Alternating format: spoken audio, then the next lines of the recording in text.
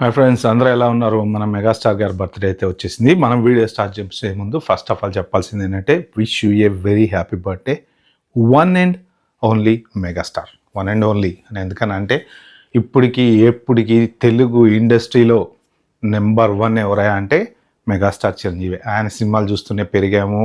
ఆయన సినిమాలు థియేటర్లకు వెళ్ళి చెయ్యి నొప్పిలేసి టికెట్ల కోసం కొట్టుకొని ఒకేసారి 2-3 టికెట్లు దొరుకుతాయి. ఆ కిక్కే వేరబ్బా ఆ రోజుల్లో సినిమా. ఇప్పుడు ఏముంది, బుక్ మై షోలోకి వెళ్ళి టికెట్ కొట్టి. సరే, మొత్తానికి ఏంటంటే కాకా కదిరి అన్నారు, ఇంకోటి అన్నారు. కాకా అని టీజర్ అయితే వచ్చేసింది. బాబీ చెప్పినట్టే బర్త్డే రోజు గిఫ్ట్ అయితే ఇచ్చాడు అనమాట. అద్దరిపోయింది భయ, మామూలు అద్దరిపోలా. అసలు వండర్ఫుల్గా బాబీ దాన్ని స్టార్టింగ్ నుంచి ఎండింగ్ దాకా అసలు కరెక్ట్గా మెగాస్టార్ మీదనే కాన్సన్ట్రేట్ చేస్తూ అసలు ఏం జరుగుతుంది అనేది మాత్రం చూపించగలిగాడు. స్టోరీ మాత్రం అద్భుతంగా ఉండబోతుంది. సంథింగ్ ఏదో బ్యాక్ ఎండ్లో అయితే మాత్రం ఖచ్చితంగా ఒక under world don or something whatever it is. అయితే ట్రైలర్ ఎలా స్టార్ట్ అవుతుందంటే యాక్చువల్గా ఒక రొయ్యల ఫ్యాక్టరీని చూపిస్తారు అనమాట. సో రొయ్యల ఫ్యాక్టరీ దగ్గర నుంచి దాంట్లో ఏదో బిజినెస్ జరుగుతూ ఉంటుంది. అయితే ఇక్కడ ఇంట్రెస్టింగ్ విషయాలు కనిపించినాయి ట్రైలర్లో. ఏంటంటే టీజర్ అనుకోండి, ట్రైలర్ కాదు, what ever it is. So multi language అనమాట. ఇప్పుడు శాస్త్రీయ కాలంలో ఒక ఆయన అంటాడు, తమిళ్ మాట్లాడతారు, ఒక ఆయన తెలుగులో డిఫరెంట్ చిత్తూరు యాస మాట్లాడుతూ ఉంటారు. డిఫరెంట్ ప్రాంతం వాళ్ళంతా కలిసి అక్కడ పనిచేస్తూ ఉంటారు అనమాట. సో దీని ఏంటంటే సరుకులు పంపిస్తూ ఉంటారు. దాంట్లో మళ్ళీ మెగాస్టార్ ఫోన్ చేసి చెప్తాడనమాట, నా మాట అంటే మాట ఏమనుకుంటున్నావు, చెప్పిన టైంకి సరుకు అంటే అవతల వాళ్ళు టెన్షన్ పడుతుంటారు కదా, చెప్పిన టైంకి పోర్ట్లో సరుకు ఉంటుంది అని చెప్తారనమాట. సో మెయిన్ ఎక్కువ రొయ్యల ఫ్యాక్టరీని చూపించడం అయితే దాని కేంద్రంగా చూపించారు టీజర్లో. ఇంకా వేరే అయితే ఏం చూపించలేదు, కానీ అయితే చాలా సింపుల్గా బాగుంది. సత్యం అనేటువంటి క్యారెక్టర్. సో ఆయన ఒక బ్యాగు భుజాన్ని వేసుకొని అలా వెళ్తూ అందరినీ పలకరించుకుంటా మాట్లాడించుకుంటా వెళ్తూ ఉంటాడు అనమాట. ఇంట్రెస్టింగ్ డైలాగ్ ఎక్కడ కనిపించిందంటే, నాకు సినిమాలో వచ్చి సార్ నాకు లీవ్ కావాలంటాడు. పండగ దాకా లీవ్ ఇచ్చే క్వశ్చనే లేదు, పండగ దాకా అందరు పని చేయాల్సిందే అని ఒక డైలాగ్ పెట్టారు చూసారా. ఆ డైలాగ్కి లింక్ ఏంటయ్యా అంటే లాస్ట్లో చెప్పారు అన్నమాట టీజర్లో. ఏంటి అంటే జనవరి 13 విడుదల. అంటే ఆ సినిమా రిలీజ్ అయ్యే వరకు మాత్రం నో హాలిడేస్, నో ఫెస్టివల్స్, అందరూ గమ్మున కూర్చుండ్రా పోయి అని చెప్పి డైరెక్టర్ చెప్పినట్టే చెప్పాడు అనమాట. సో దాని అర్థం జనవరిలో రిలీజ్ అవుతుంది. ఓకే, ఆ తర్వాత చూసుకుంటే ఇంకా నెమ్మదిగా స్టోరీ అలా మూవ్ అవుతుంది.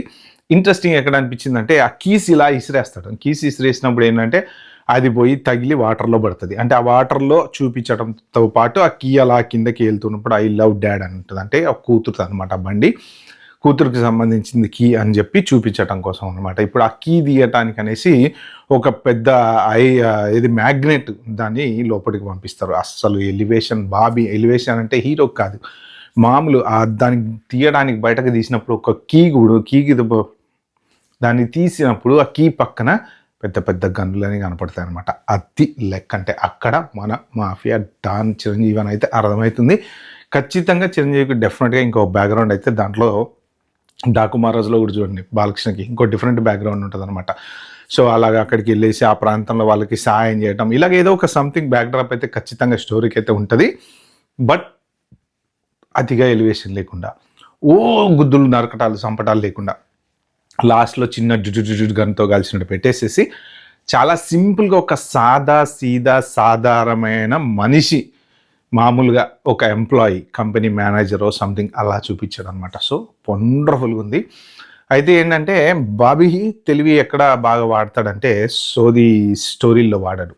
స్టోరీ ఏముండదు, end of the day story ఏదో ఒక బ్యాక్ డ్రాప్లో ఇదొకటి కలిపి 2 ముక్కలు కలిపి ఏదో సంథింగ్ క్రియేట్ చేస్తాడని పెద్ద వాల్యూ ఉన్న స్టోరీ ఏం కావవి.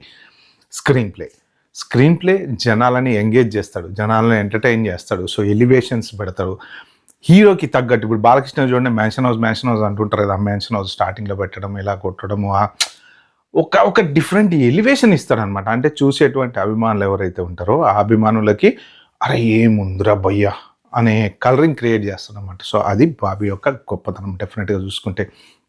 ఇప్పుడు ఇది కూడా టీజర్ అద్దరిపోయింది. కానీ ఇక్కడ ఏంటంటే జనవరి 12 ఏమో మరి ఆయన వస్తా అన్నాడు అనిల్ రావిపూడి, మరి 13 ఏమో ఈయన వస్తా అంటున్నాడు. మరి అదే కొంచెం డౌట్ కొడుతుంది. ఎందుకంటే మరి జనవరిలో సంక్రాంతికి జనరల్గా అనిల్ రావిపూడిని కొట్టేవాడైతే ఎవరైతే ఇప్పటివరకు కనపడలేదు. ఎందుకంటే నాకు మోస్ట్ ప్రాబబ్లీ అనిల్ రావిపూడి పెద్ద నచ్చని సినిమాలు అంటే F3 ఒకటి, సంక్రాంతికి వస్తున్నాము కొంచెం నాకేం అంత పెద్ద గొప్పగా అనిపించాలా. కానీ ఏదో కామెడీ అది ఇది పెట్టి నడిపించారు. కానీ మనశంకర్ వరప్రసాద్ మాత్రం అసలు నెక్స్ట్ లెవెల్. F2 కానీ మనశంకర్ వరప్రసాద్ కానీ వీటిలో మాత్రం డౌట్ అయితే ఏం లేదు. కానీ ఎటు పోయి ఎటు వచ్చినా సంక్రాంతికి అనిల్ రావిపూడి హిట్ కొడతాడు అనేటువంటి మార్క్ అయితే ఉంది.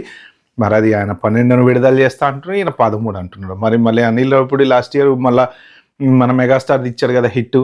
మరి ఈ కాంపిటీషన్ ఎవరు ఎట్లా సర్వైవ్ అవుతారో తెలియదు. ఇది ఒక్కటే మాత్రం ఎవరి ధైర్యం వాళ్ళది. బాబీ ఆయన మాస్ డైరెక్టరు, ఆయన ధైర్యం ఆయనది. అనిల్ రావిపూడి కొంత కామెడీ డైరెక్టరు, ఆయన ధైర్యం అయింది.